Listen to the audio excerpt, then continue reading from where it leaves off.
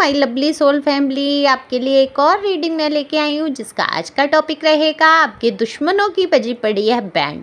तो इनका घमंड कैसे चूर हो रहा है तो यही देखेंगे टैरो कार्ड के माध्यम से। और ये जनरल रीडिंग होती है, आपसे रेजोनेट हो भी सकती है, नहीं भी। आप कहेंगे हर बार बताती हैं, ये तो हमें पता है, लेकिन कई बार नए लोग भी आते हैं जिनको नहीं पता। तो बता दूं कि ये पर्सनल रीडिंग बिल्कुल भी नहीं है। तो जितना भी आपसे रेजोनेट होगी उतना आपके लिए, क्योंकि मैं एनर्जी को पिकअप करती हूँ। जब आप सब्सक्राइब करते हैं, कमेंट्स करते हैं, तो आपकी एनर्जी मुझ तक आती है और मैं ये रीडिंग कर पाती हूँ। तो कमेंट्स करके बताएं ज़रूर और सब्सक्राइब करिए, जिससे कि मैं आपकी एनर्जी भी पिकअप कर पाऊँ। और एक लाइक तो बनता है, शेयर भी कर सकते हैं अगर ये वीडियो आपको पसंद आता है, हो सकता है किसी के काम आ जाए।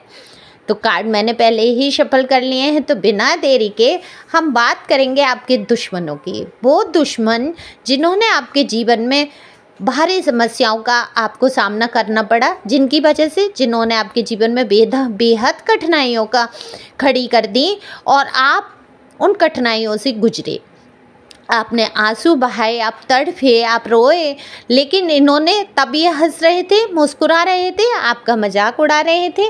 तो आज ये मजबूर हैं आंसू बहाने पर और इनकी बज गई है बैंड। अच्छी खासी बैंड बजी है, ऐसा नहीं है थोड़ा बहुत है। पहले तो मुझे फिजिकली दिख रहा है कोई प्रॉब्लम ऐसी हुई है जो ठीक होने का नाम ही नहीं ले रही है, तो ये उसी से बहुत परेशान है। और सबसे बड़ी बात है कि आपके दुश्मनों की आदत रही कि कभी ये अकेले रहना नहीं चाहते थे, ये लोगों से घिरे रहना चाहते थे, झूठे प्रशंसक इनको चाहिए थे।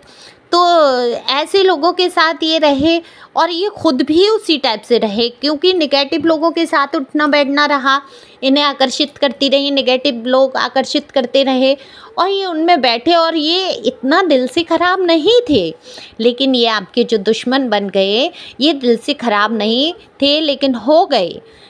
क्योंकि जैसी संगति वैसे उपजत गुड़ वाला कहावत है ही, आपने सुन ही रखा है।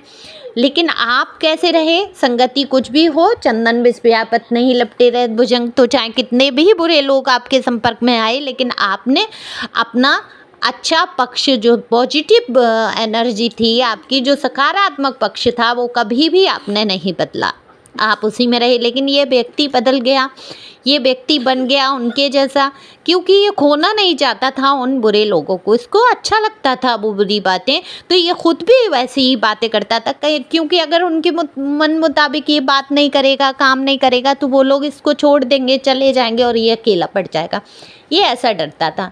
लेकिन आप कभी अकेले रहने से नहीं डरे, क्योंकि आप जानते हैं एकांत में ही वो सुख है जो शायद पूरी दुनिया में बैठकर नहीं मिलेगा। क्योंकि एकांत में जब आप रहते हैं तो आप ईश्वर के कहीं ना कहीं बेहद नज़दीक होते हैं और आप ईश्वर का नाम जप करते हैं, क्योंकि आप स्पिरिचुअल हैं, आप ईश्वर को मानते हैं। मानता ये भी व्यक्ति है, लेकिन कहीं ना कहीं इसकी बुद्धि इतनी डेबल एनर्जी आ रही है, बहुत ही ज़्यादा डार्कनेस में कहूँगी इसके आसपास है। लेकिन आज इसकी बैंड बजी पड़ी है, सब इसका फ़ायदा उठा रहे हैं। वो घर हो, परिवार हो, इसका झगड़ा हुआ है कहीं, मुझे दिख रहा है साफ साफ, या तो आपस में भाई बहन या माता से, कहीं ना कहीं मुझे ये दिख रहा है काफ़ी कहा सुनी और झगड़े की एनर्जी आ रही है।